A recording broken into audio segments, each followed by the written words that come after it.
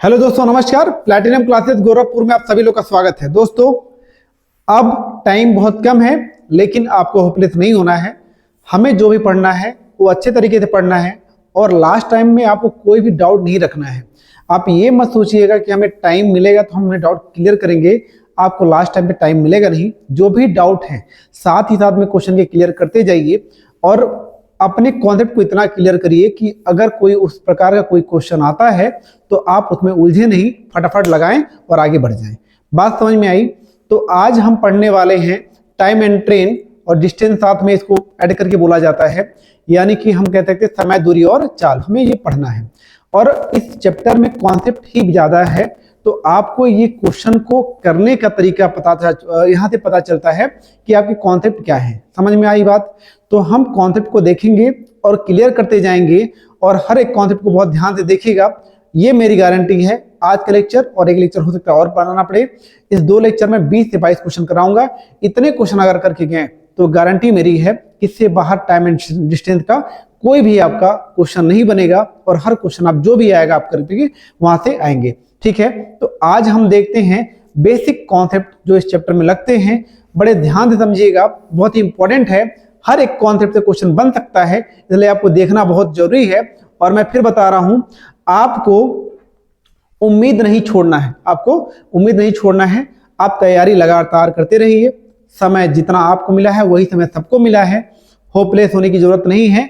इस उम्मीद से पढ़ाई करना है कि सिलेक्शन आप ले रहे हैं। इसी उम्मीद से पढ़ाई करते रहिए। आप उम्मीद बनाए रखेंगे, सफलता आपको मिलेगी। आइए, हमारे चैप्टर का जैसा नाम है टाइम, स्पीड एंड डिस्टेंस।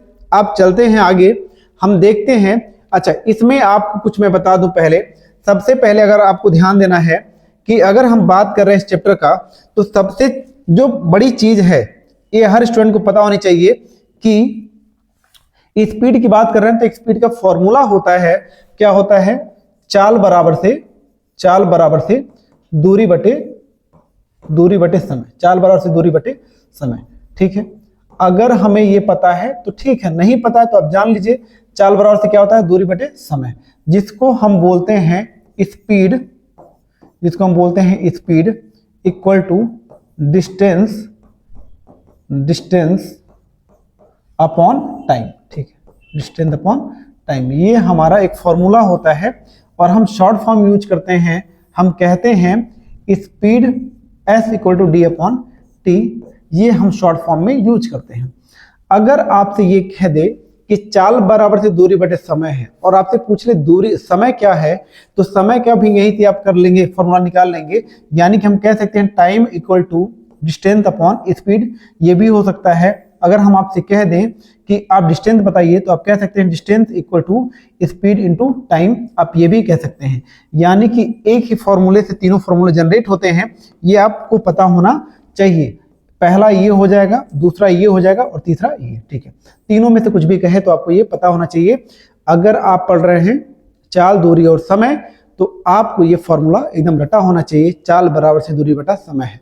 ठीक है, ये अगर आप समझ गए। अच्छा, इसमें और क्या समझने वाली चीजें होती हैं? अगर यहाँ पे यूनिट का बहुत वैल्यू होता है, जैसे अगर हम ये कह दें आपसे कि अगर हमारा चाल दिया हुआ है किलोमीटर प्रति घंटे में, किसमें? किलोमीटर प्रति घंटे में, तो ध्यान रखिएगा जो हमारा टाइम होगा ना, जो हमारा टाइम होगा यानी कि समय होगा, वो हमेशा किस में होगा? वो हमेशा हमारा घंटे में होगा, आर में होगा। क्या होगा? घंटे में होगा। और जो हमारा डिस्टेंस होगा वो हमेशा किस में होगा?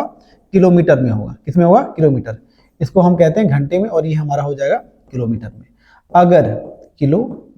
अगर हम ये कह दें कि आप कहना क्या चाहते हैं, तो मैं ये कहना चाहता हूं, अगर हमें चाल, या फिर हम कहते हैं चाल बराबर से दूरी बटे समय होता है, तो चाल अगर किलोमीटर प्रति घंटे में है तो समय हमेशा घंटे में दिया होगा, डिस्टेंस हमेशा किलोमीटर में दिया होगा। किलोमीटर यहाँ है, किलोमीटर। ठीक है, किलोमीटर में दिया होगा। ठीक है, अगर आपसे कह दे कोई डिस्टेंस अगर हमारी है मीटर में और हमारा जो टाइम दिया हुआ है वो कह दे सेकंड में, तो हमारा जो स्पीड है वो कभी भी किलोमीटर प्रति घंटे नहीं होगा, वो किस में काउंट किया जाएगा? मीटर पर सेकंड में काउंट किया जाएगा, क्योंकि डिस्टेंस मीटर में है, टाइम सेकंड में है, तो हमारा मीटर पर सेकंड में ही काउंट होगा, ना कि किलोमीटर पर आवर में होगा। यूनिट का बहुत ध्यान देना है। जो चीज़ों को मैं समझा रहा हूँ आगे भी आपको क्लियर भी हो जाएगा कि हम एक्चुअल में कहना क्या चाहते हैं। समझ में आई बात? तो अगर हमारा समय किस में है, घंटे में है, डिस्टेंस किलोमीटर में है, तो स्पीड क्या होगा, किलोमीटर प्रति घंटे में होगा। अगर हमारा डिस्टेंस मीटर में है, टाइम सेकंड में है, समय जो है सेकंड में है, तो हमारा जो स्पीड होगा वो मीटर पर सेकंड होगा। इस बात को ध्यान रखना है। अगर नहीं ऐसा हो, जैसे अगर कह दे कोई बच्चा कि रहता है हमारा जो डिस्टेंस है वो किलोमीटर में है और टाइम हमारा सेकंड में है, तो हम क्या करेंगे, तो आपको फॉर्मेट चेंज करना पड़ेगा। यानी कि सभी फॉर्मेट को एक फॉर्मेट में लाइए, या तो किलोमीटर में रहे और घंटे में रहे, या तो मीटर में रहे और सेकंड में रहे। हमेशा हमारा यही फॉर्मेट चलेगा। अगर हम कहना चाहें क्वेश्चन के हिसाब से चीज़ों को समझ लेंगे, पहले आप इतनी बात को समझिए, और उसके बाद अगर हमसे कह दे कि अगर हमारी कोई चाल मीटर पर सेकंड में है या किलोमीटर प्रति घंटे में है, उसको मीटर पर सेकंड में बदलना है, तो हमें क्या करना पड़ेगा। तो आपका यही क्या होता है, आपका चैप्टर स्टार्ट हो जाता है मेन। और आप ये ध्यान रखिएगा, यहाँ से जो भी टॉपिक हम पढ़ रहे हैं वो बहुत ही ज्यादा इंपॉर्टेंट है आपके एग्जाम के लिए। हर एक कॉन्सेप्ट से क्वेश्चन पूछा जा सकता है, तो बड़े प्यार से, बड़े समझदारी से आपको पढ़ना है। पेपर ले लीजिएगा, पेन ले लीजिएगा, थोड़ा नोट डाउन भी कर लीजिएगा। अगर आपको लगता है टाइम बचाना तो स्क्रीनशॉट भी ले सकते हैं। जैसे मैंने कहा, अगर हमारा स्पीड कितने में है, किलोमीटर प्रति घंटे में है, और हमें मीटर पर सेकंड में बदलना है, तो हमें क्या करना पड़ेगा, हम कैसे कन्वर्ट करें। आप ये जानते हैं, अगर किलोमीटर की बात की जाए, अगर हम किलोमीटर की बात करते हैं, किलोमीटर में अगर हम देखें कितना होता है, तो आप कहेंगे 1 किलोमीटर में 1000 मीटर होता है। कितना होता है, 1000 मीटर होता है। अगर हम आपसे ये कह दें कि यहाँ पे अगर घंटे में कितना होता है, 1 घंटे की बात करें तो 1 घंटे में होता है 60 मिनट, और 60 मिनट में कितना सेकंड होता है, तो बटे गुणे 60 हो जाएगा।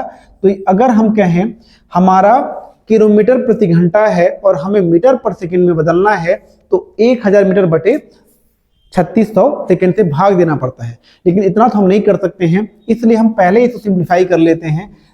3 जीरो यहाँ पे है, 2 जीरो यहाँ पे है, 2 जीरो यहाँ पे कैंसिल कर लो, 2 से 5, 2 से 3, हमारे पास बचा 5/18। हमारे पास क्या बचा, 5/18।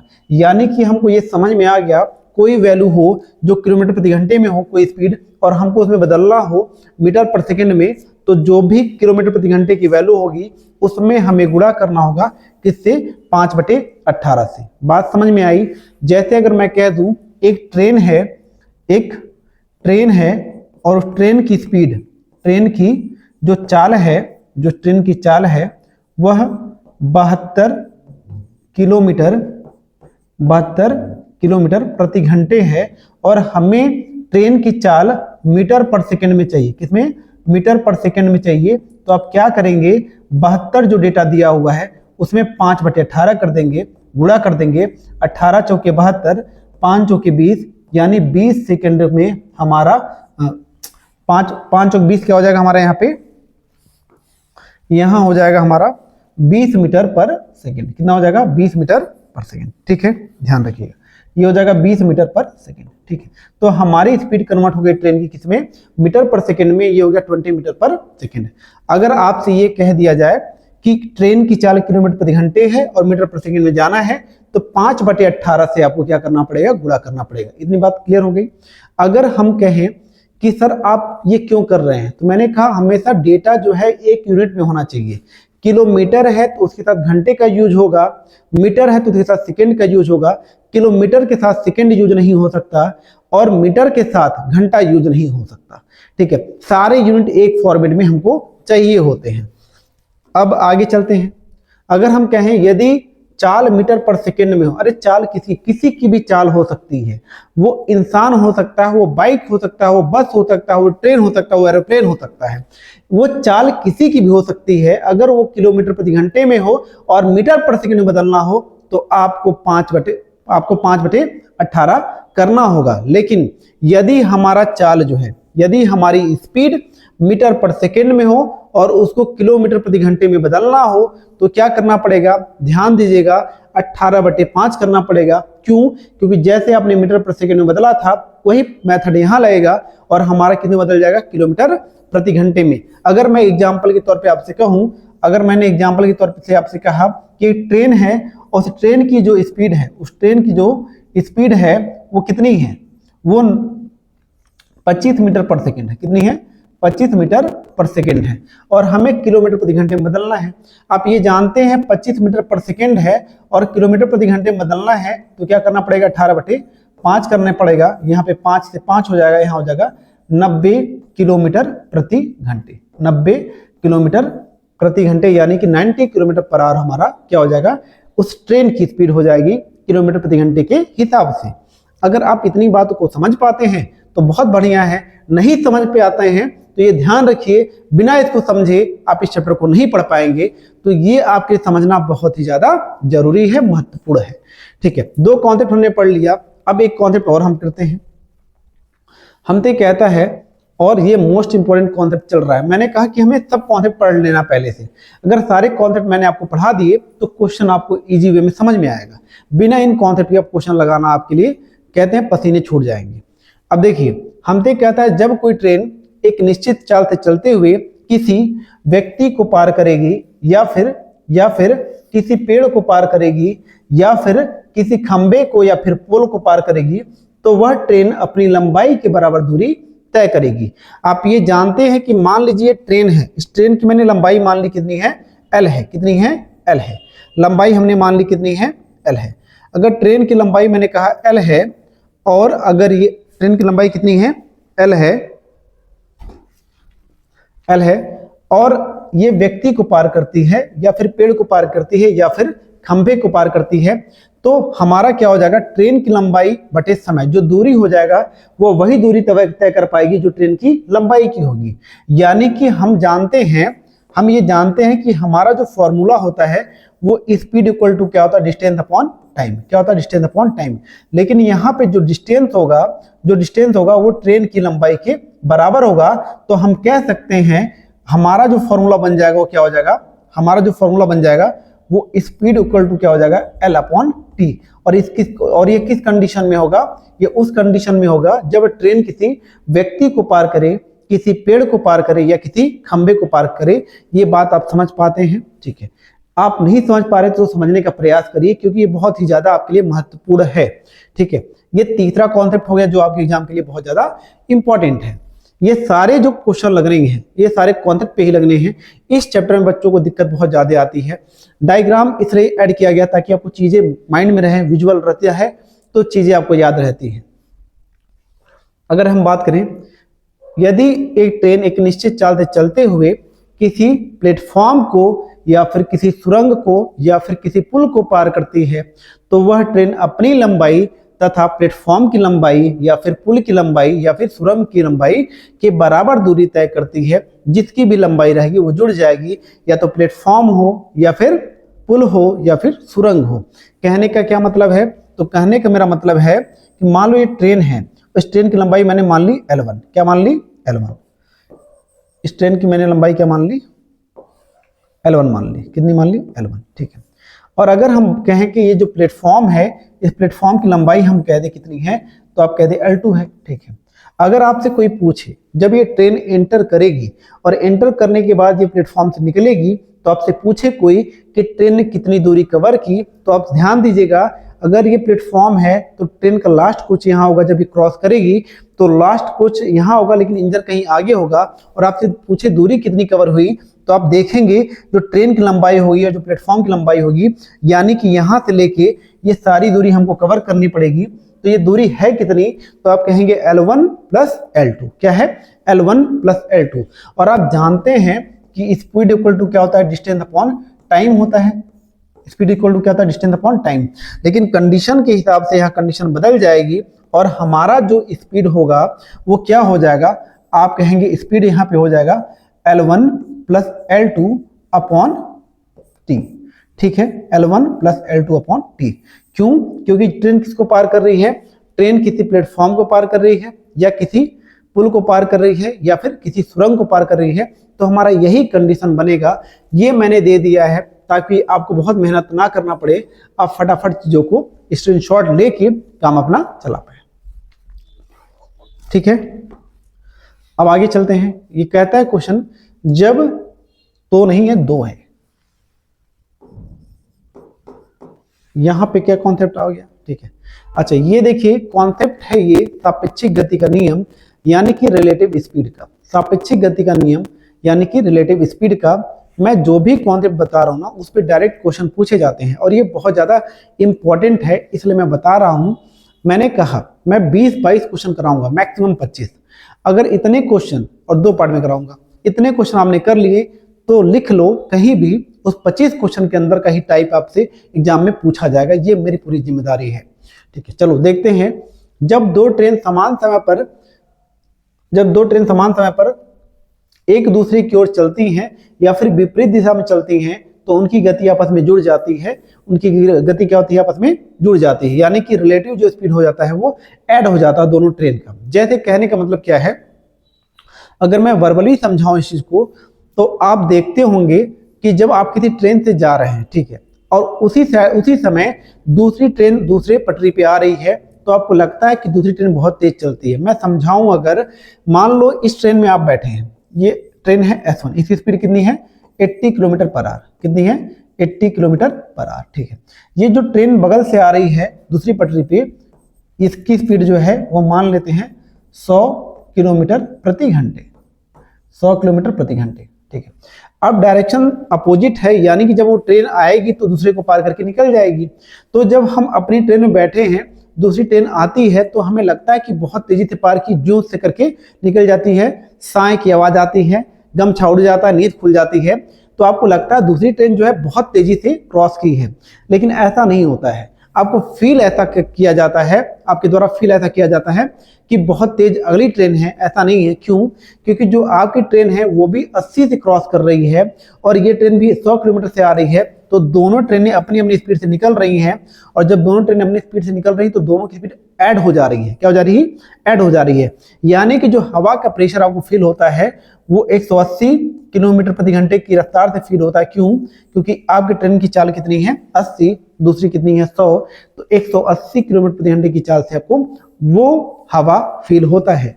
तो रिलेटिव स्पीड क्या हो जाता है S1 प्लस S2, यानी कि दोनों ट्रेनों की चाल क्या हो जाती है, आपस में जुड़ जाती है। इतनी बात आपको समझ में आ जानी चाहिए, ठीक है। हम बात करें और अच्छा इसी को हम बोलते हैं सापेक्षिक गति यानी कि रिलेटिव स्पीड। ये ध्यान रखिएगा, रिलेटिव स्पीड का कॉन्सेप्ट हमेशा लगता है, लेकिन ये तभी लगता है जब समय क्या हो, समान हो। समय क्या हो, समान हो। अगर समय समान नहीं होता तो हमें समय को समान करना पड़ता है। आगे चलते हैं। हमसे कहता है जब दो ट्रेनें समान समय में समान दिशा में चले उस समय सापेक्षिक गति क्या होगी, तो आप कहेंगे जब समान डायरेक्शन होगा, समान समय होगा, तो दोनों की स्पीड क्या हो जाएगी, घट जाएगी। क्या हो जाएगी? घट जाएगी। ये मान लीजिए ये S1 है और ये क्या है, S2 है, तो S1 माइनस S2 हो जाएगा, यानी कि अंतराल लिया जाता है। जो भी स्पीड ज्यादा होगी उसमें से कम स्पीड वाली को घटा दिया जाएगा। ऐसा नहीं है कि मैंने यहाँ 10 दे दिया, इसको 20 दे दिया, तो 10 माइनस 20 करेंगे तो माइनस में आ जाए। स्पीड कभी माइनस में नहीं आ सकती है, इसलिए लिखा गया है दोनों गतियों का क्या लिया जाता है, अंतर लिया जाता है, डिफरेंस लिया जाता है। मतलब कि जो भी बड़ा होगा उसको हम उससे घटा देंगे, छोटे वाले को। अब हम क्या करें, इतनी बात समझ में आई। अगर इसमें समझने में कंफ्यूजन है, जैसे मान लीजिए मैं कहूं कि अगर एक चोर जो है 70 किलोमीटर प्रति घंटे की चाल से भाग रहा है और क्या करके, स्नैचिंग करके, और आप चल रहे हैं, आपको नहीं पता है कि चोर की स्पीड क्या है, लेकिन आप जान रहे हैं कि आप 60 किलोमीटर प्रति घंटे की चाल से चल रहे हैं। आपको चोर का तो नहीं पता है ना, ये चोर है और ये मान लेते हैं पुलिस वाला है। ये क्या है, चोर है और ये पुलिस वाला है। आपको उसकी स्पीड नहीं पता है, लेकिन आपको अपनी स्पीड पता है कि आप 60 किलोमीटर प्रति घंटे की चाल से चल रहे हैं, तो क्या आप उसको पकड़ पाए? नहीं पकड़ पाए। क्यों? क्योंकि वो आपकी स्पीड से ज्यादा स्पीड से चल रहा होगा, तभी नहीं पकड़ पाए। आपको ये आइडिया लग जाएगा कि मैं 60 से चल रहा हूं, तब भी वो क्या है, मुझसे आगे है, यानी कि उसकी स्पीड 60 से कम तो नहीं होगी, वो 60 से ज्यादा होगी। तो अगर मैंने कहा कि ये अपनी थोड़ी सी स्पीड बढ़ाए और इसके बराबर पहुंच जाए, तो इसकी स्पीड बराबर होगी, तो उसने पकड़ लिया। तो एक बात मैं कहूं कि अगर यहाँ पे जब हम देखेंगे तो आपको डिफरेंस देखेगा, पुलिस वाला 60 से चल रहा है और चोर चल रहा है 70 से, तब भी पुलिस वाला चोर को नहीं पकड़ पाया, क्योंकि पुलिस वाले की स्पीड कम है। ये कब पता चला? जब वो 60 पे जाने के बाद भी चोर को ना पकड़ पाए तो डिफरेंस कितना हो गया, 10 किलोमीटर का, यानी कि दोनों समान डायरेक्शन में चल रहे हैं, तो 10 किलोमीटर प्रति घंटे स्पीड अपनी बढ़ाता पुलिस वाला तो वो चोर को पकड़ लेता। तो सापेक्षिक गति का नियम इसलिए लगता है क्या, जब सेम डायरेक्शन में चलते हैं तो डिफरेंस लिया जाता है किसका, उनकी स्पीड का। अच्छा, हो गया सारा कॉन्सेप्ट क्या? ठीक है, तो आपने 4-5 कॉन्सेप्ट किए। पहला तो आपको फॉर्मूला याद होना चाहिए, चाल बराबर से दूरी बटा समय होता है। दूसरी बात, अगर स्पीड किलोमीटर प्रति घंटे में है और मीटर पर सेकंड में जाना है तो ध्यान रखिए, मैं इसको आपको बता दूं, यदि स्पीड किलोमीटर प्रति घंटे में है और आपको मीटर पर सेकंड में जाना है तो आपको 5/18 से गुणा करना होगा। ठीक है, आप याद नहीं कर पा रहे हैं, भूल जा रहे हैं, तो ये बताइए मीटर पर सेकंड से कहाँ जा रहे हैं, किलोमीटर प्रति घंटे में। किलोमीटर और मीटर में कौन सा बड़ा होता है, तो आप कहेंगे किलोमीटर। तो बड़े में जाने के लिए बड़ी वाली वैल्यू क्या रहेगी, ऊपर रहेगी। बड़े में जाने के लिए बड़ी वाली वैल्यू ऊपर रहेगी और छोटे में जाने के लिए क्या होगा, छोटे वाली वैल्यू ऊपर रहेगी। आप ऐसे याद कर सकते हैं। ठीक है, आप भूल जाएं कि 18/5 करना है कि 5/18 करना है, तो आप बस ध्यान दीजिएगा कि मीटर पर सेकंड को किलोमीटर प्रति घंटे में बदलना है कि किलोमीटर प्रति घंटे को मीटर पर सेकंड में बदलना है। अगर किलोमीटर प्रति घंटे को मीटर पर सेकंड में बदलना है, यानी कि बड़ी वैल्यू से हम छोटी वैल्यू में जा रहे हैं, तो छोटा वैल्यू ऊपर, यानी कि 5/18 से हम गुणा कर देंगे। बाकी सापेक्षिक गति का नियम हम समझ चुके हैं। ठीक है, ट्रेन किसे पार करती है ये समझ गए हैं। 5-6 कॉन्सेप्ट ऐसे हैं जो आपको बहुत ज्यादा हेल्प करते हैं। अगर आपको सब कुछ समझ में आया है तो मैं जितने भी क्वेश्चन अभी कराऊंगा ना, फटाफट आप चुटकियों में उसका आंसर देंगे, आपको वेट भी नहीं करना पड़ेगा। जैसे एक ट्रेन है 125 मीटर लंबी है, एक रेलगाड़ी जो है रेलवे लाइन के किनारे लगे पेड़ को पार करने में कितना समय लेती है, 30 सेकंड का समय लेती है। तो रेलगाड़ी की चाल ज्ञात करना है। अच्छा, रेलगाड़ी की चाल यहाँ पे डिफाइन नहीं किया गया है, लेकिन आंसर कितने है, किलोमीटर प्रति घंटे में है। आप ध्यान दीजिएगा, आप सबसे पहले पढ़िए कि रेलगाड़ी किसे पार कर रही है, रेलवे लाइन के किनारे लगे एक पेड़ को पार कर रही है। और जब कोई ट्रेन किसी पेड़ को पार करती है तो अपनी लंबाई के बराबर दूरी तय करती है, यानी कि अगर हम कहें स्पीड इक्वल टू क्या होता है, डिस्टेंस अपॉन टाइम, तो यहाँ डी की जगह क्या हो जाएगा, बस एल अपॉन क्या रख देंगे, आप टी रख देंगे। बस मैं बार बार समझा रहा हूं ताकि आपको ये रट जाए। अब आप जानते हैं आपको क्या चाहिए, स्पीड चाहिए, डिस्टेंस कितना है, तो आप कहेंगे 125 मीटर है, तो 125 ऊपर लिख दीजिए। और आपसे पूछा है कि टाइम कितना है, तो आप कहेंगे 30 सेकंड है। अब ये क्या आ गया, मीटर पर सेकंड में आ गया, पूरा डिवाइड करने की जरूरत वैसे भी नहीं है। आप जो भी वैल्यू आएगी ये वो उसमें क्या करना पड़ेगा, 18/5 करना पड़ेगा। क्यों, क्योंकि हमें किलोमीटर प्रति घंटे में जाना है। यहां से 5 से डिवाइड करोगे तो 25 बार में, 5 से 6 बार में, 5 से 5 बार में, 6 से 3 बार में, और यहाँ कितना हो गया, 5 से 15, यानी कि 15 किलोमीटर प्रति घंटे हमारी स्पीड आ जाएगी। किसमें, कितनी, 15 किलोमीटर प्रति घंटे ये हमारी स्पीड आ जाएगी। किसकी, वो देखो किसकी, वो आ जाएगी रेलगाड़ी की स्पीड 15 किलोमीटर प्रति घंटे। ये सारा कॉन्सेप्ट कहाँ से आया, ये वही से आया जो अभी आपने पहले पढ़ा है। स्पीड कन्वर्ट करने वाला या फिर ट्रेन किसे पार कर रही, वो कॉन्सेप्ट ये सारा पीछे हमने पढ़ा है, उसी के बेस पे क्वेश्चन किया है और यहाँ से हमारा क्वेश्चन हो गया है। तो कॉन्सेप्ट बहुत जरूरी है। क्वेश्चन देखिए, 120 मीटर लंबी रेलगाड़ी 90 किलोमीटर प्रति घंटे की चाल से चलते हुए 230 मीटर लंबे प्लेटफॉर्म को पार करने में कितना समय लगेगी। आप मुझे ये बताइए, ये रेलगाड़ी पार किसे कर रही है, तो आप देखेंगे रेलगाड़ी है और पार किसे कर रही है भाई, 230 मीटर लंबे प्लेटफॉर्म को। जब कोई ट्रेन किसी प्लेटफॉर्म को पार करती है तो ट्रेन की लंबाई प्लस प्लेटफॉर्म की लंबाई जुड़ जाती है। अब मैं डायरेक्ट कर सकता हूं, अगर मैं कहूं स्पीड क्या होगा, डिस्टेंस अपॉन टाइम होता है, लेकिन डिस्टेंस यहाँ पे क्या होगा, L1 प्लस L2। L1 क्या है, ट्रेन की लंबाई, L2 क्या, प्लेटफॉर्म की लंबाई, अपॉन टी। आपको क्या चाहिए, टाइम चाहिए। तो आप ध्यान दीजिएगा, जो स्पीड है वो कितनी है, देखो 90 किलोमीटर पर आवर, कितनी है, 90 किलोमीटर पर आवर, बराबर से L1 प्लस L2 यानी कि 120 प्लस 130 और बटे टाइम क्या हो जाएगा, यहाँ लिख देंगे हम। लेकिन ध्यान दीजिएगा, यहाँ पे हमें आंसर आ रहा है सेकेंड में, तो कोई भी वैल्यू किलोमीटर या घंटे में नहीं होगी या किलोमीटर प्रति घंटे में नहीं होगी, सब मीटर पर सेकेंड में, मीटर में या सेकेंड में होंगे। लेकिन एक वैल्यू ऐसी है जो किसमें है, 90 किलोमीटर प्रति घंटे, जो किलोमीटर प्रति घंटे में है, इसको हमें बदलना होगा किसमें, मीटर पर सेकेंड में। हम क्या करेंगे, मीटर पर सेकेंड में जाने के लिए, छोटे में जाने के लिए छोटी वैल्यू ऊपर, यानी कि 5/8 18 कर देंगे, 5/18 कर देंगे। 18 25 90, यहाँ कितना हो गया 25, तो हम क्या कर देंगे 25 बराबर से यहाँ हो जाएगा, जोड़ लो तो यहाँ हो जाएगा 3, या फिर ट्रांसफर कर लो डायरेक्ट। यहाँ पे हम लिख सकते हैं t इक्वल टू, यहाँ हो जाएगा 350 और ये इधर आ जाएगा, कितना हो गया 25। तो 25 एकम 25 और 25 चौके 100, यानी कि 14 सेकंड का समय हमें लगेगा, यानी कि किसे लगेगा, उस ट्रेन को लगेगा प्लेटफॉर्म को पार करने में। क्या कहीं डाउट है? कोई डाउट नहीं हो सकता। अगर आपने पिछला कॉन्सेप्ट समझा है तो आपको कहीं डाउट नहीं होगा। ये मैं फिर कह रहा हूं, जितने मैं क्वेश्चन करा रहा हूं 10-12, 10 आज, लगभग 10 क्वेश्चन कल, 25 क्वेश्चन मैक्सिमम अगर आप कर लेते हैं तो आप कहीं भी नहीं फंसेंगे इस पूरे चैप्टर में। अगले क्वेश्चन को देखो, दो रेलगाड़ियां एक समान दिशा में क्रमशः 30 किलोमीटर प्रति घंटे तथा 58 किलोमीटर प्रति घंटे की चाल से चल रही हैं। धीमी रेलगाड़ी में बैठे एक व्यक्ति को तेज चाल से चलने वाली रेल को पार करने में 18 सेकंड का समय लेती है। तो तेज चलने वाली रेलगाड़ी की लंबाई मीटर में ज्ञात करनी है। आप ध्यान दीजिए, हमें दोनों ट्रेन का जो दोनों रेलगाड़ियां हैं वो समान डायरेक्शन में चल रही हैं, डायरेक्शन सेम है। चलो एक कॉन्सेप्ट क्लियर है, दोनों की स्पीड किलोमीटर प्रति घंटे में, चलो ठीक है।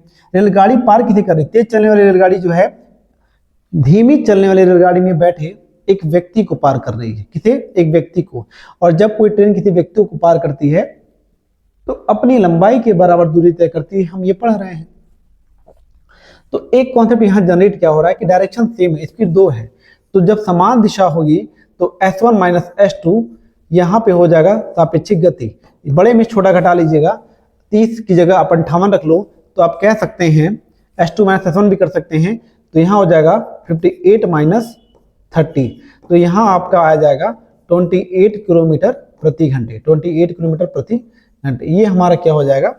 स्पीड हो जाएगा। ठीक है, अगर ये हमारी वैल्यू हो गई, फिर कहता है तो हमें क्या करना है, धीमी तेज चाल से चलने वाली रेलगाड़ी रेल को पार चलने वाली रेल पार करने में 18 सेकंड का समय लेती है। किसको? जो व्यक्ति बैठा है किसमें? छोटी वाली ट्रेन में। तो व्यक्ति को पार कर रही है तो यहाँ पे क्या हो जाएगा, ट्रेन की लंबाई L हो जाएगी। ठीक है, 18 सेकंड का समय ले रही है, ये भी ठीक है। और हमारा सापेक्षिक गति कितना है? 28 किलोमीटर प्रति घंटे। ये ठीक नहीं है क्योंकि हमारा ये किस में होना चाहिए? मीटर पर सेकेंड में होना चाहिए। तो यहाँ पे 5 बटे हम क्या कर दें? 18 कर दें, कोई दिक्कत तो है नहीं। 18 से 18 कैंसिल आउट हो गया। L बराबर से कितना हो जाएगा? 28 + 140, यानी कि 140 मीटर। जो ट्रेन की लंबाई हुई कितनी हो जाएगी? 140 मीटर। आपको ध्यान क्या देना है? लंबी ट्रेन की लंबाई ज्ञात करनी है। लंबी ट्रेन की लंबाई इसलिए ज्ञात करनी है कि वही पार करे किसे? छोटे वाली जो धीरे चल रही ट्रेन, उसमें बैठे व्यक्ति को। तो छोटी जो ट्रेन धीमे चल रही है उससे में कोई मतलब नहीं है, उसमें बैठे व्यक्ति से मतलब है। तो बस वही कॉन्सेप्ट यहाँ पे अप्लाई करना है, वही वाला। जब कोई ट्रेन किसी व्यक्ति को पार करती हो, वो रेलवे किनारे खड़ा हो या जा रहा हो, जो भी कर रहा हो। ठीक है, देखो एक 500 मीटर लंबी रेलगाड़ी 63 किलोमीटर प्रति घंटे की चाल से चल रही है। रेलगाड़ी की दिशा में 3 किलोमीटर प्रति घंटे की चाल से जा रहे व्यक्ति को पार करने में कितना समय लगेगा? ये ध्यान दीजिए, रेलगाड़ी का डायरेक्शन वही है जिस डायरेक्शन में व्यक्ति जा रहा है। तो यहाँ सापेक्षिक गति अगर हम कहें, जो रिलेटिव स्पीड हमारा होगा वो हो जाएगा S1 माइनस S2, या फिर बड़े में से छोटा घटाना है तो 63 माइनस 3, तो ये हो जाएगा कितना? 60 किलोमीटर प्रति घंटे। ठीक है, इतना हो गया। अब आपको चाहिए टाइम, तो टाइम इक्वल टू क्या होता है? Distance upon speed. तो डिस्टेंस रख दो यहाँ पे, स्पीड कितनी है? 60 किलोमीटर प्रति घंटे। ध्यान रखना मीटर पर सेकंड में कन्वर्ट कर लेना, क्योंकि सारी वैल्यू छोटी है तो यहाँ 5/18 करना पड़ेगा। मैं इतनी बार कर दे रहा हूँ तभी आपको याद हो जाना चाहिए। ये वैल्यू ऊपर चली जाएगी, ये तो मैथ का बेसिक सा रोल है, नहीं जानते हैं तो पढ़ना छोड़ दीजिए। ठीक है, 60 गुणे यहाँ हो जाएगा 5। ठीक है, 0 से 0 कैंसिल आउट, 6 तियाँ 18, यहाँ 5 से करेंगे तो यहाँ आ जाएगा 10, और 10 तियाँ कितना हो जाएगा? 30, यानी कि 30 सेकंड का समय लगेगा उस व्यक्ति को पार करने में। ऑप्शन नंबर बी आपका राइट आंसर हो जाएगा। ठीक है, क्लियर है? छोटी छोटी बातें हैं लेकिन मोटी मोटी बातें हैं। आपके लास्ट समय का मैं बता रहा हूँ, बेस्ट रिवीजन चला रहा हूँ मैं, इसको लिमिटेड क्वेश्चन लेके आ रहा हूँ ताकि अगर आपने नहीं पढ़ा है तो कॉन्सेप्ट के थ्रू इसको पढ़ भी लें, आपके सारे कॉन्सेप्ट क्लियर हो जाएं और क्वेश्चन भी लग जाए। क्वेश्चन नंबर 5 देखिए, कहता है कि दो रेलगाड़ी स्टेशन ए तथा बी से एक दूसरे की ओर चलना प्रारंभ करती हैं, उनकी चाल क्रमशः 50 किलोमीटर प्रति घंटे तथा 60 किलोमीटर प्रति घंटे हैं। तो ए और बी के बीच की दूरी दी है 220 किलोमीटर। तो कितनी देर के बाद एक दूसरे से मिलेंगी? ध्यान रखिए, दोनों ट्रेन के बीच की दूरी हमें दी हुई है कितनी? 120। कितनी दी है? 120। 120 नहीं, 220, सॉरी 220 दिया हुआ है किलोमीटर। आप ये जानते हैं जो ट्रेन चल रही है इधर से, मतलब ए से, ये ए है और ये बी है। अब ये चल रही कितने से? 50 किलोमीटर प्रति घंटे से, और ये चल रही है 60 किलोमीटर प्रति घंटे से। इसकी चाल इधर है और इसकी चाल इधर है, ठीक है। दोनों की चाल अगर अपोजिट डायरेक्शन में होती है तो सापेक्षिक गति क्या कहता है? दोनों की चालें जोड़ दी जाएं। तो दोनों की चाल जोड़ दी जाए तो ये हमारा जो सापेक्षिक गति हो जाएगा वो 60 + 50 या 50 + 60 हो जाएगा। ये हो जाएगा 110 किलोमीटर प्रति घंटे। आपको क्या चाहिए? टाइम चाहिए। टाइम इक्वल टू क्या होता है? Distance upon speed. तो 220 बटे क्या हो जाएगा? 110। यहाँ से हो जाएगा 2 घंटे, यानी कि दोनों ट्रेन आपस में कितने बजे मिलेंगी? 2 घंटे के बाद मिलेंगी। ऑप्शन नंबर ए आपका एकदम राइट आंसर हो जाएगा। देखो मैंने कहा ना, जो मैंने 4-5 कॉन्सेप्ट बताए वो आपको पढ़ना है, एकदम हर हाल में पढ़ना है, क्योंकि बिना उसके आप काम क्वेश्चन को नहीं कर पाएंगे, ये समझ लीजिए।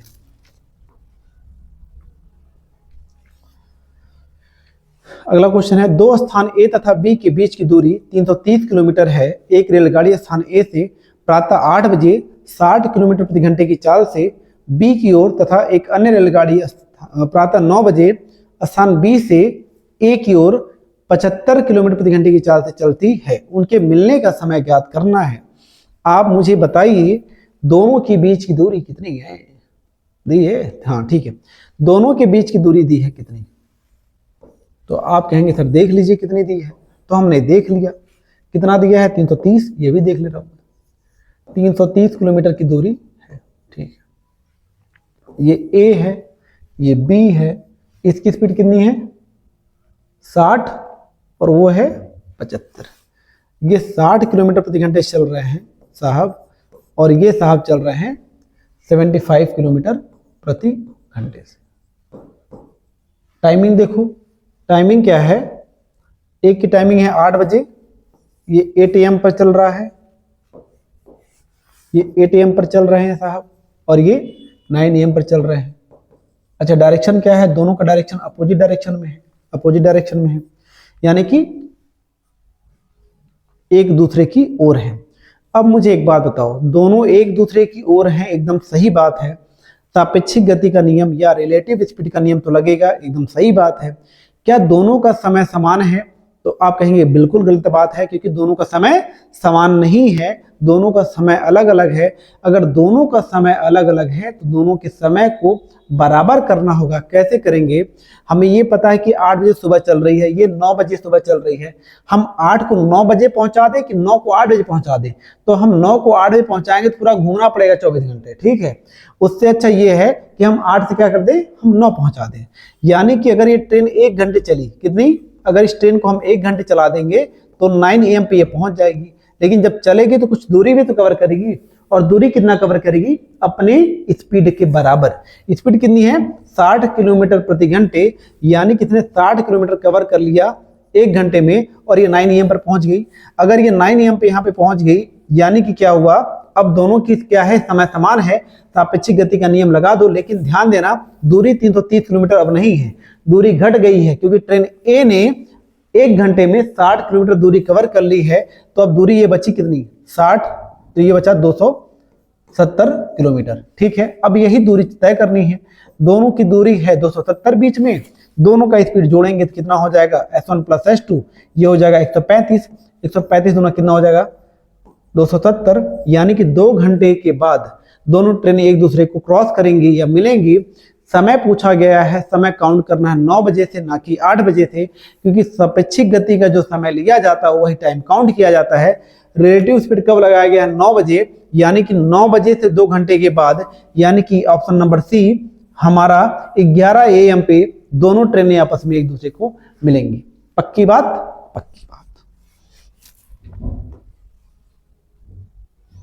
क्वेश्चन नंबर 7, दो रेलगाड़ियां जिनकी लंबाई क्रमशः 160 मीटर प्रति सेकंड, लंबाई प्रति सेकंड कैसे हो सकता है? दो रेलगाड़ियां जिनकी लंबाई क्रमशः 160 मीटर तथा 140 मीटर है, विपरीत दिशा में समांतर पटरियों पर चल रही हैं। ठीक है, उनकी चालें क्रमशः 77 किलोमीटर पर आवर तथा 67 किलोमीटर पर आवर हैं। एक दूसरे को पार करने में कितना समय लगेगा? ध्यान दीजिएगा, ट्रेन अगर इधर जाए, दोनों ट्रेन सेम डायरेक्शन में जाएं या दोनों ट्रेनें अपोजिट डायरेक्शन में जाएं, कभी भी उनकी लंबाई घटती नहीं है, कभी उनकी लंबाई घटती नहीं है। अगर ये L1 है और ये L2 है तो ये जुड़ जाएगा, ये ऐड हो जाएगा। ये L1 है, ये L2 है, तो ये क्या हो जाएगा? जुड़ जाएगा। कभी भी घटता नहीं है, वो चाहे सेम डायरेक्शन में हो चाहे अपोजिट डायरेक्शन में हो। जब भी ट्रेनें एक दूसरे को पार करती हैं तो दोनों की लंबाई को ऐड किया जाता है। ये दिमाग में बैठाइए। बस डिफरेंस कहाँ होता है?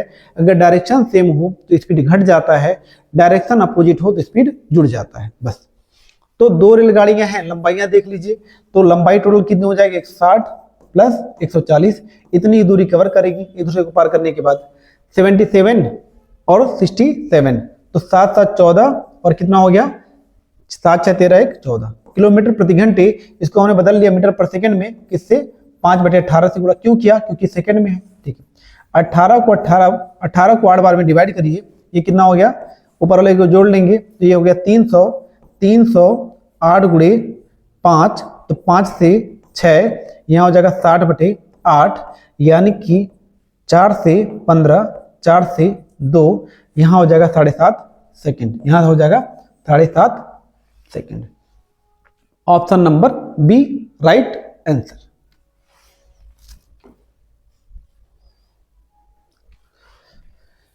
पुलिस और चोर का खेल तो पुराना है दोस्तों, ये क्वेश्चन इंपॉर्टेंट भी है। तो पुलिस और चोर कैसे एक दूसरे के साथ हैं, कैसे भाग रहे हैं, कैसे पकड़ रहे हैं, उसको देख लेते हैं। एक पुलिस अपने से 200 मीटर आगे भाग रहे चोर का पीछा कर रहा है। यदि पुलिस वाले तथा चोर की चाल क्रमशः 8 किलोमीटर प्रति घंटे तथा 7 किलोमीटर प्रति घंटे है, तो बताएं कितने समय में पुलिस वाला चोर को पकड़ लेगा। ध्यान देना भाई, यहां अगर हम कह दें कि यहाँ पे कौन है, यहाँ पे है 200 मीटर की दूरी, और यहाँ पे कौन है? यहाँ पे मैंने चोर को बना दिया, मैंने यहाँ पे चोर बना दिया, और यहाँ पे मैंने पुलिस वाले को बना दिया, पुलिस वाले को मैंने बना दिया। मुझे ये बताओ, पुलिस वाले की चाल है 8 kilometre per hour, 8 kilometre per hour, यहाँ हो जाएगा 7 किलोमीटर पर आवर। दोनों किधर भागेंगे? दोनों एक दूसरे की ओर भागेंगे? नहीं, दोनों समान डायरेक्शन में भागेंगे। जब पुलिस वाला चोर को दौड़ाएगा तो चोर वाला क्या कहेगा? आओ मुझे गिरफ्तार कर लो, वो भी तो भागेगा अपनी जान बचा के। तो यानी कि डायरेक्शन क्या है? सेम है। डायरेक्शन क्या है? सेम है। डायरेक्शन सेम है तो सापेक्षिक गति क्या हो जाएगी? घट जाएगी। ये तो हमें क्लियर पता चल गया। डिस्टेंस कितना है? 200, तो 200 डिस्टेंस हो गया, और सापेक्षिक गति जो लगेगा वो दोनों के डिफरेंस लगेगा। तो 8 माइनस, अगर मैं कह दूं 8 - 7, तो ये हो जाएगा 1 किलोमीटर पर आवर। कितना हो जाएगा? 1 किलोमीटर पर आवर, यानी कि 1 किलोमीटर प्रति घंटे हो जाएगा। हमें चाहिए टाइम, ध्यान रखना ये 1 किलोमीटर प्रति घंटे है और ये क्या है? मीटर में। तो यहाँ क्या करना पड़ेगा? 5/18 करना पड़ेगा मीटर पर सेकंड में बदलने के लिए। ये चला जाएगा ऊपर, यानी कि 200 गुणे 5, सॉरी 200 गुणे 18/5। 5 से डिवाइड करेंगे, 5 चौके 20, 18 चौके 72, 720 सेकंड लगेगा। क्या ऑप्शन में 720 सेकंड है? तो आप कहेंगे सर ऑप्शन में 720 सेकंड नहीं है। अगर 720 सेकंड नहीं है तो आप फाइंड करिए मिनट में। तो ये सेकंड है और मिनट में बदलने के लिए 60 से डिवाइड, 0 से 0, और यहाँ पर जाएगा 12 मिनट तो होना चाहिए 100%। ये होगा 12 मिनट। ऑप्शन नंबर आपका बी है, यही आपका क्या हो जाएगा? एकदम राइट आंसर। ठीक है, पुलिस वाला क्या कर लेगा? कितनी देर में? 12 मिनट में चोर को पकड़ लेगा। 9 नंबर का क्वेश्चन देखिए। एक व्यक्ति 18 किलोमीटर प्रति घंटे की चाल से घोड़े की सवारी करता है, परंतु प्रत्येक 7 किलोमीटर की दूरी पर घोड़ा बदलने के लिए 6 मिनट रुकता है। बताइए 90 किलोमीटर की दूरी में को तय करने में वो कितना समय लेगा? अच्छा मुझे ये बताओ डिस्टेंस कितना कवर करना है?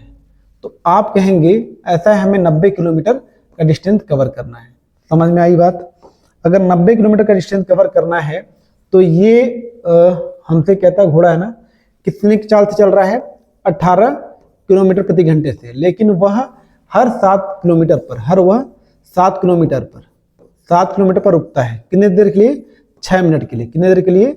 6 मिनट के लिए। ठीक है, 6 मिनट के लिए रुकता है, 6 मिनट के लिए रुकता है। मैं लिख देता हूँ 6 मिनट के लिए रुकता है। ठीक है, चलो मुझे एक बात बताओ, अगर हम कहें घोड़ा कहीं नहीं रुकता, अगर घोड़ा कहीं नहीं रुकता तो अगर वो कहीं नहीं रुकता तो हमारा जो टाइम लगता है वो कितना लगता?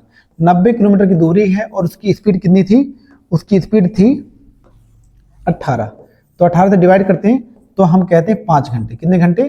5 घंटे। यदि टाइम लगता कब? 5 घंटे कब लगे?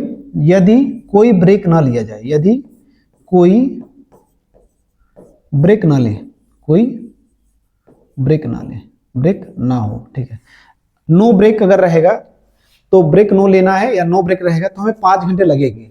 कहीं घोड़ा नहीं रुकता तो 5 घंटे लगेंगे। अब ये बताइए, हम हर 7 किलोमीटर पे रुक रहे हैं, ठीक है, और 6 मिनट के लिए विराम कर रहे हैं, तो 90 किलोमीटर की दूरी में आप कितनी बार रुकेंगे? तो अब 90 को डिवाइड कर दीजिए 7 से, तो 12 7 84 होता है, यानी कि 12 बार आप रुकेंगे। 12 बार क्या करेंगे? स्टॉप लेंगे। कितनी बार? 12 बार। मुझे ये बताओ, हम आगे क्यों नहीं मल्टीप्लाई कर रहे हैं? ध्यान दीजिएगा, अगर वो कटने लायक होता, यहाँ पे ये भी होता कि 84 किलोमीटर है, तब भी आप एक कम डिवाइड करते हैं। क्यों? क्योंकि लास्ट टाइम वाला काउंट नहीं किया जाता, क्योंकि लास्ट टाइम पे तो अपने मंजिल पे पहुंच जाता, तो वहां ब्रेक काउंट नहीं किया जाता है। लेकिन यहाँ डिविजन पूरा नहीं, तब भी कॉन्सेप्ट वही रहेगा, यानी कि 12 6 72, 12 7 84, तो हमने डिवाइड किया 12 बार में, 6 किलोमीटर बचा, और 6 किलोमीटर के लिए वो ब्रेक ब्रेक की जरूरत तो है ही नहीं, क्योंकि वो मंजिल पे पहुंच जाएगा। तो अगर हमने कहा कि 12 बार वो रुक रहा है और एक बार रुकने में उसको 6 मिनट लग रहा है, तो 12 बार रुकने में कितना समय लग जाएगा? तो आप कहेंगे 72 मिनट का समय लग गया। कितना समय? 72 मिनट का। ये कब लग रहा है? जब वह ब्रेक ले रहा है, जब वो ब्रेक ले रहा है। जब ब्रेक नहीं लेगा तो 5 घंटे, और जब ब्रेक लेगा तो 72 मिनट, तो 5 + 72 मिनट, यानी कि 1 घंटा और 12 मिनट। तो 5 घंटे प्लस 1 घंटे और 12 मिनट को काउंट करिए, तो ये कितना हो गया? तो आप कहेंगे 6 घंटे और प्लस 12 मिनट, यानी कि 6 घंटे और 12 मिनट में वो अपनी मंजिल पे पहुंच जाएगा। ऑप्शन नंबर 6 घंटे बी। वह 6 घंटे, वो क्या पूछा है? दूरी को तय करने में वो कितना समय लेगा? 6 घंटे 12 मिनट का समय लेगा। इतनी बात क्लियर हो गई। तो ये कॉन्सेप्ट बहुत अच्छे कॉन्सेप्ट थे। अब इस लेक्चर के बाद हम कल लेक्चर देखेंगे, और कल 15 क्वेश्चन लगभग होंगे। 25 क्वेश्चन मुझे कराने हैं। इस 25 क्वेश्चन में आप सब कुछ कवर कर लेंगे। कल हम एवरेज वाले 4 क्वेश्चन भी देखेंगे। एक ऑफिस पहुंचता है और जल्दी पहुंच जाता है, लेट हो जाता है, वो सब क्वेश्चन देखेंगे। कल हम सारे क्वेश्चन को कवर कर लेंगे। आप इतने अगर क्वेश्चन को कवर कर लेते हैं तो आप टेंशन मत लीजिएगा, सारा आपका क्लियर हो जाएगा एग्जाम में। हमारी तरफ से आपके लिए तैयारी पूरी कराई जा रही है। हिम्मत बनाए रखिए, हौसला बनाए रखिए, आपका सिलेक्शन पक्का होगा। इसी उम्मीद के साथ चलते हैं और कल मुलाकात फिर करेंगे। All the best.